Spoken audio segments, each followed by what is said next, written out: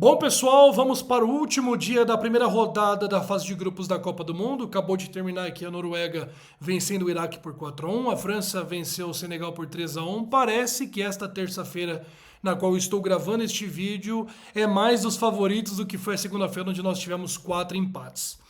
Bom, para esse último dia de primeira rodada, nós teremos 4 partidas: Portugal e República Democrática do Congo, Inglaterra e Croácia, Gana e Panamá e Uzbequistão e Colômbia.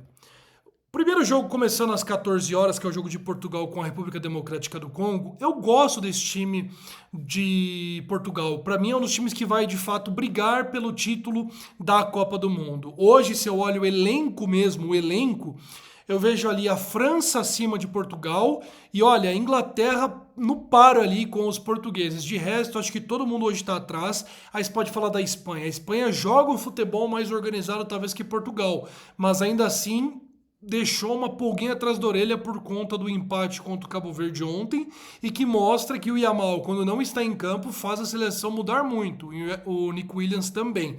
Então esse é um ponto que deixa Portugal ainda mais forte na briga pelo título. Do outro lado da República Democrática do Congo, você tem muitos jogadores de qualidade que atuam em grandes centros da Europa, né? O ataque do Congo é muito forte, com o Cedric Bakambu e também o Issa, né? O Issa que joga no Newcastle. Você ainda tem o Tuanzebe, tem o Wan-Bissaka. É um time de fato preparado para dar trabalho.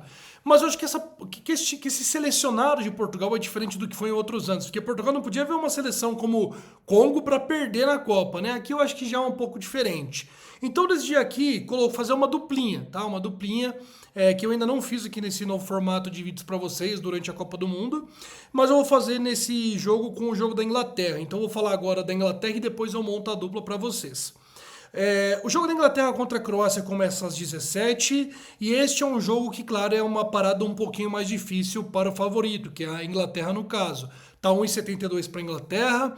É um duelo que a Inglaterra tem um timaço para essa Copa: Harry Kane, Bellingham, Anthony Gordon, Saka, enfim, dispensa comentários o time em si da Inglaterra, principalmente do meio de campo para frente.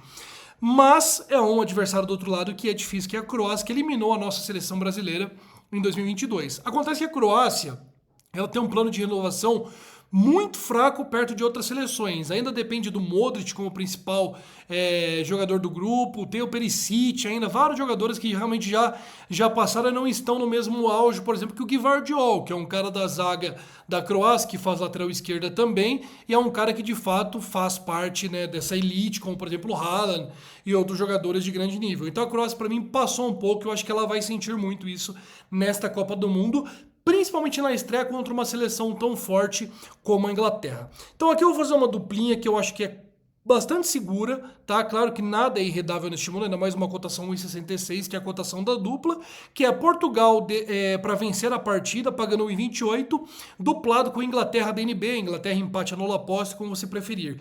Essa dupla dá a cotação de 1,66, beleza?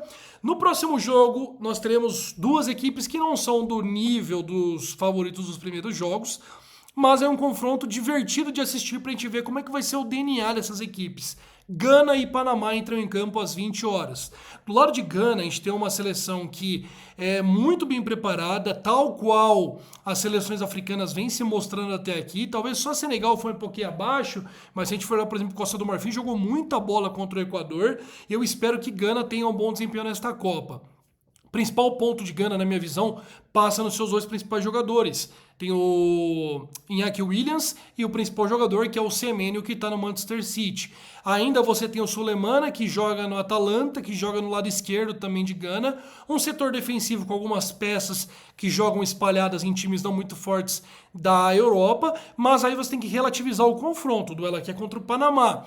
Panamá é um time forte? Não, mas é um time que se mostrou muito bem organizado contra o Brasil. Um time que soube jogar contra o Brasil, apesar de ter perdido por 6-2, mostrou alguns pontos positivos e é um time chato de jogar contra, principalmente no nível de enfrentamento mais baixo, que é contra a Gana.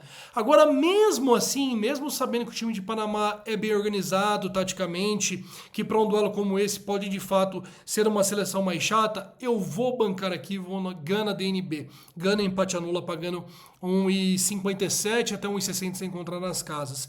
Eu acho que é uma boa aposta essa, tá bem protegido. O time de Gana é um time que, na minha visão, comparando nome por nome, você você tem uma superioridade muito grande da seleção africana para a seleção da CONCACAF. Você tem, por exemplo, um jogador como o Semenyo em Gana, que você não tem no Panamá. Você tem um jogador como o Iñaki Williams, que você não tem no Panamá. Então você tem ali 3, 4 peças que você de fato não encontra a mesma qualidade na equipe panamenha, beleza?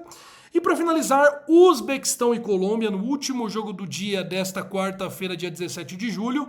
O Uzbequistão pode ser mais uma equipe que surpreende nesta Copa? Não sei. O que eu sei é que a Colômbia chega com um time muito bom, capitaneando por Luiz Dias. Claro que não é uma seleção que vai brigar por título, mas é bom tomar cuidado porque ela pode pescar alguns favoritos no caminho, tal qual pode ser contra Portugal, complicar um jogo da fase de grupos, tirar alguém numas oitavas de final. A Colômbia tem esse potencial.